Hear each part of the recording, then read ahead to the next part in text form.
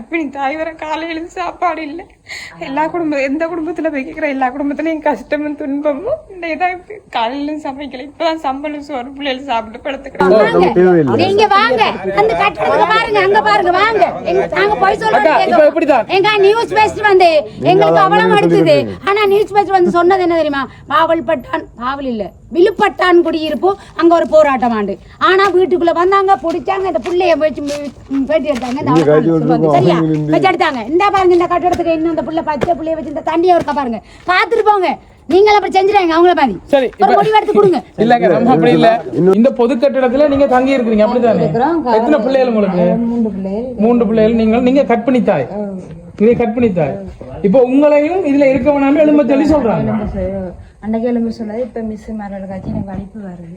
அதனால நான் எலும்ப இல்லாத நம்ம வீட்டுக்கு போகல தண்ணி மணி மிஸ்ஸோட காய்ச்சல் காலங்களுக்கு வந்து எலும்பட்டாங்க. ஜிஎஸ் எலும்ப சொல்றேன். ஜிஎஸ் உங்களை எலும்ப சொல்லி சொன்னவர் 3 பிள்ளைகளின் தாய். இப்போ கற்பிணி தாய் வலிப்பு வார பிரச்சனை இருக்குன்னு சொல்றாங்க. ஆனால் இந்த கட்டிடத்தை விட்டு எழும்பி போகணும்னு சொல்றாங்க. வீட்டுக்குள்ள தண்ணி வீட்டுல இருக்கலாது. கேட்டேன் நானே, சாமான்கள் கொடுக்குறீங்களே நாங்களும் இருக்கிறோம், ஊர் சனங்கள் இருக்குது நாங்களும் இருக்கிறோம்னு கேட்டு ஒரு எனக்கு ஒரு நீ எல்லாம் பின்னேறதுக்குள்ள நீ இடத்த காலி பண்ணு என்னைய சொல்லிட்டு போறாரு. ஆனா பின்னேற பிள்ளைகள் அந்தானே இருக்காங்க.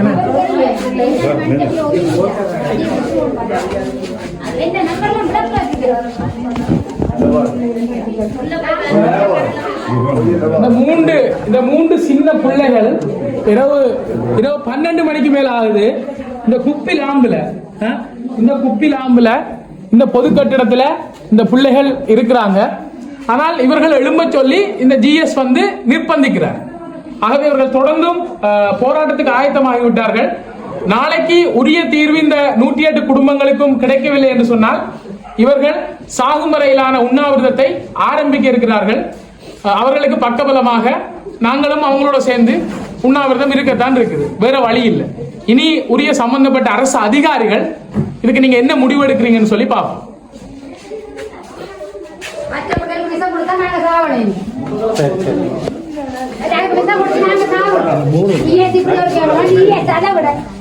உடனே நான் அதுல வாங்க ஜிஎஸ் கேட்போம் அப்படின்னு சொன்னாங்க. ஐயோ எங்களை கூப்பிட வேணாம், ஜிஎஸ் வந்து சூசனத்தால எங்களை பேசுவாரு, எங்களுக்கு இந்த வார்த்தை வேணும் அப்படின்னு சொல்றாங்க. அப்ப இது என்ன கதைன்னு எனக்கு தெரியல. ஆனா நான் காதால் அண்டை கேட்டது பாயில நல்லா வந்துரும் பிள்ளைகளுக்கு சாப்பாடுக்கு அவர் சொன்ன வார்த்தை பாயில நல்லா வந்துரும். இரவு 10:30 மணி இருக்கும். எங்களுக்கு ஒரு தொலைபேசி அழைப்பு வந்தது. இங்கிருந்து பவானியாக்கா அந்த தொலைபேசி அழைப்பு ஏற்படுத்தியிருந்தாங்க.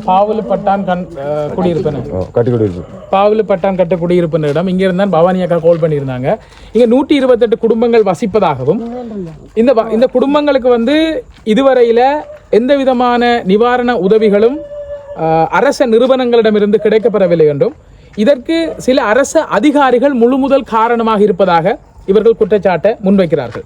உங்களுக்கு தெரியும், இந்த வெள்ளத்தின் போது நிறைய அரசு அதிகாரிகள் அர்ப்பணிப்போடு செயற்பட்டிருக்கிறார்கள். அர்ப்பணிப்போடு செயற்பட்ட அரசு அதிகாரிகளுக்கு மத்தியில் இவ்விதமான ஒரு சில அரச அதிகாரிகளினுடைய செயற்பாடு இந்த மக்களை இன்றைக்கு இரவு 10-11 மணி வரைக்கும் இந்த ரோட்ல நிற்க வைத்திருக்கிறது.